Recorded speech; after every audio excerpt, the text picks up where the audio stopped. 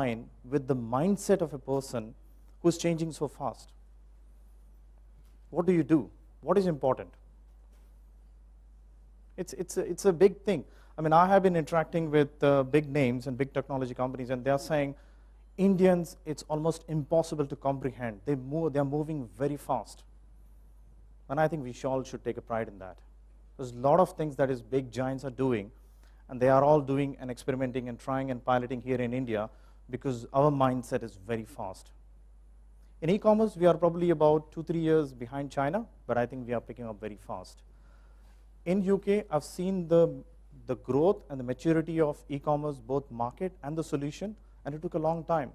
In India, it's same thing is happening, exactly same, but it's a much, much, much faster rate. So what is it that you would do to keep the technology in line and in pace with the mindset? And then my second last question comes is, how would that impact your businesses? So right now I was talking about a very wide range of technology, but now I'm coming back to your procurement world, is what is it that we have to do in a B2B world that means that technology will keep in line with the expectations? One which is obvious is a consumer-like experience. Then we have modular approach. Then we have scalability. Then we have this, then we have that. What I'm trying to say is this good enough for you to think ahead? There are other issues as well that come into picture. From a business-to-business point of view, affordability becomes very important. Okay, so if I'm going to buy an iPhone 7, I buy it because I like it and I'm ready to shell out a lot of money. But if iPhone 5 or iPhone 7 has to be bought at a commercial level and every corporate has to get, obviously the cost becomes too high. And big systems, are they affordable? Can they do things that we want them to do in the next couple of years? Affordability becomes a big issue. So how do you think? Cloud. So we were hearing cloud probably about 10 years ago, and now is when there are a lot of applications and we realize the usage of cloud. But emails was something that I used way back in 1995 with an Hotmail, and I was asking my colleague, in those days there was only one PC where we had an internet access, and obviously I was still in India, where I used to ask my colleague, how does somebody in US reply? Does the email actually go there, come back? It's the same thing, it was on cloud. We commoditized it. Now the cloud is available. But is that the only thing that you should be looking at from a business-to-business solution? What is more important? You will have scalability, you will have consumer experience, you will have everything. What I'm trying to say here is functions and features good enough for you to talk about your future technology? Functions and features will change as soon as you have a paradigm shift. So what is important? That's where my question comes into picture is, what is it that you need and what will happen going forward in India and probably in Asia Pacific? E-commerce is here to stay. I mean, we can't deny that. Nobody can deny that. It's not going to go away. You'll see more and more of e-commerce. And e-commerce will take everything in it along with that. And I'm doing a brilliant research on China and how the growth in China is happening. And if you see, there are McKinsey reports, there are so many other things which are available, which says that companies have gone from e-commerce to financials to industrial manufacturing. And there are companies who have gone from messaging to e-commerce to financing to industrial manufacturing. So they've gone and they've come from e-commerce and messaging being the core to the mainstream. And it's going to happen here, and it's actually happening. So what is the core that you need to keep in line with the technology? Is it functions and features? No. Then obviously you would say that interconnectivity. Yes. It's in this world, you have to be connected, and probably repositioning procurement to operate in an interconnected world is the right phrase. So that interconnected world is important. So you have to be connected. There's no two way about it. I mean, I obviously, having lived in London, I found it slightly struggling when I came here and the calls used to drop and I wouldn't get an internet access on my phone. I used to get initially a bit frustrated. And there were a couple of times when I was talking to a prospect who was a big prospect, and the call dropped twice or thrice, and I was unable to connect. And I got frustrated. I thought, oh God, am I going to miss this? And the prospect called me saying, Nilesh, don't worry, this is India. So I know that calls drop, let's talk. And we spoke for almost 1.5, 2 hours.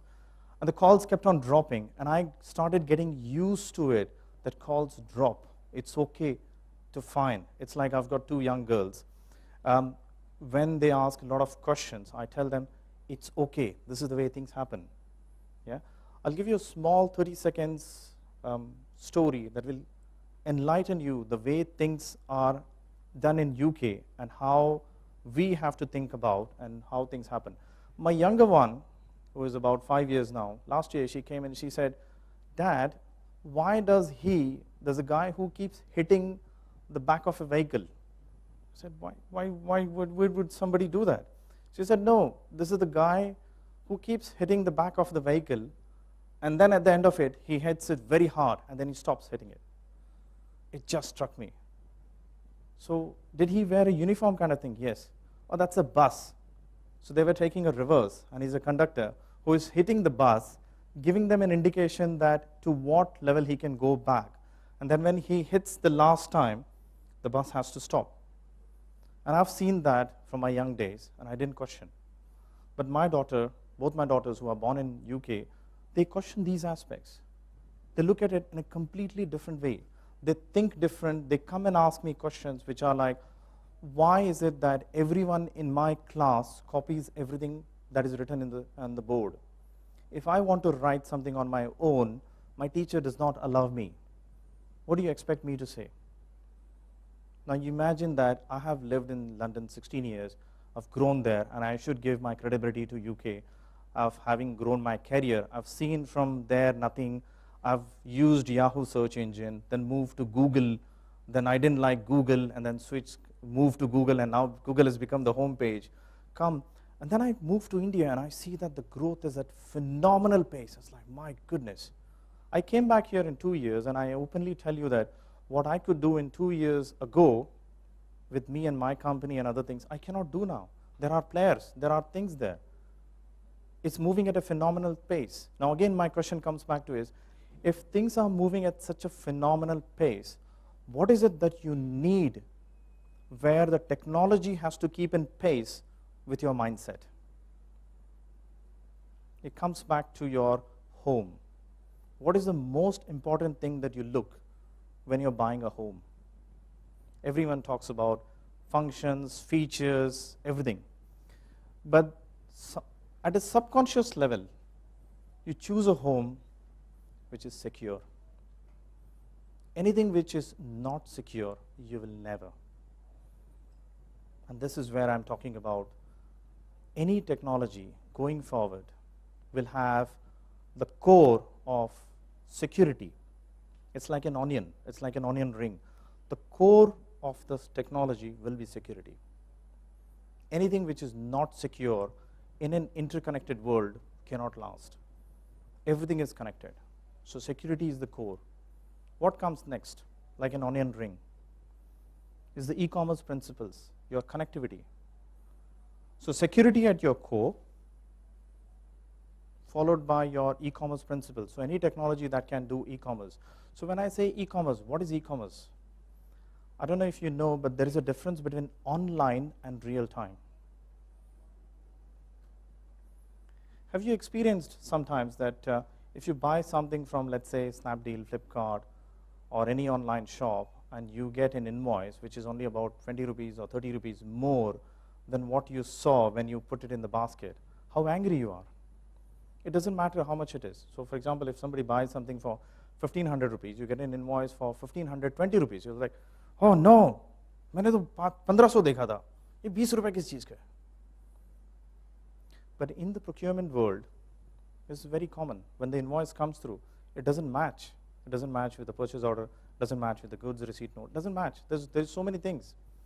Things are being ordered from a catalog. There's a lot of things. And in e-commerce world, everything is real time. So what you see, what you buy, you can negotiate, you can do things. So, but at the end of the day, when you negotiate and you place an order, it has to be right. So when you pick up the phone and tell the vendor that this is the price, this is the quantity, this is the quality, this is what agreed, you've agreed everything, and then when you keep the phone down, you're placing an order because in your mind, it's real time. You know what has been agreed. That guy's mind, it's real time. He knows what has been agreed. So you are doing a business deal. And that is what e-commerce will solve on top of your security. So security connected with e-commerce, interconnected world, and then comes your functions and features.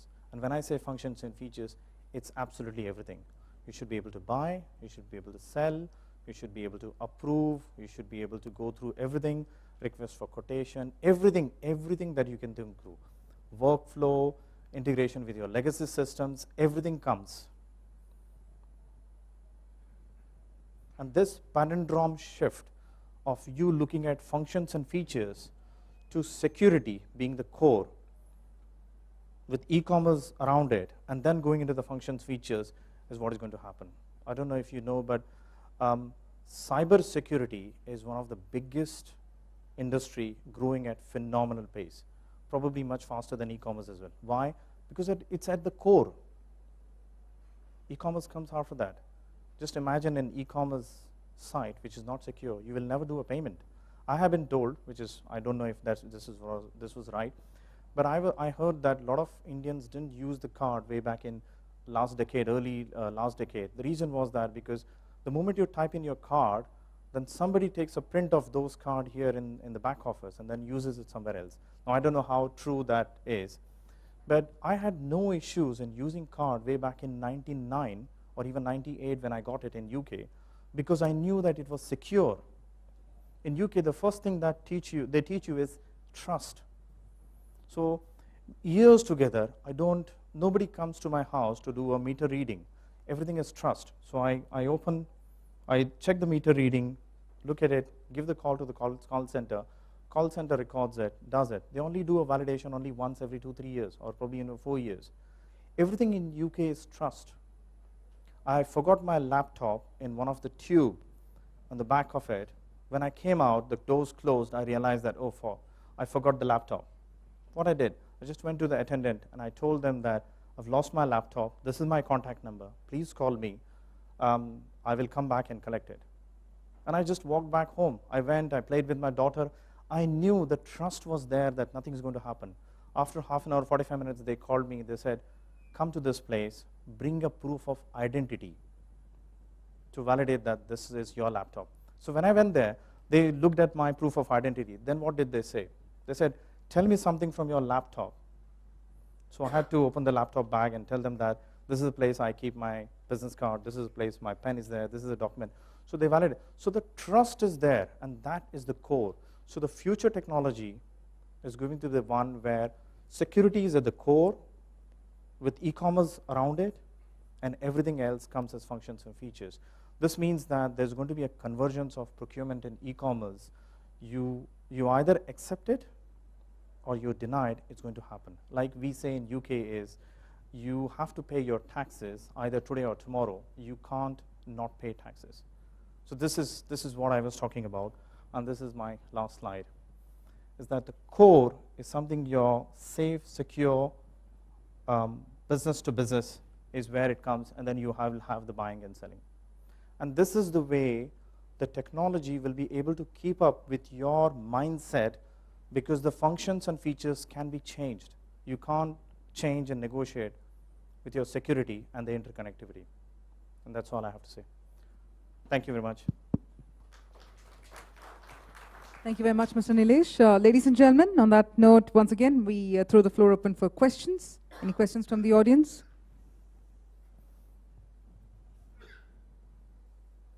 Any questions? Hello. Yeah. Is it audible? Yeah. Yeah. I had a question. You said that you've kind of analyzed the Chinese e-com model. Out of curiosity, we hear that Alibaba is a big success in B2B space in China.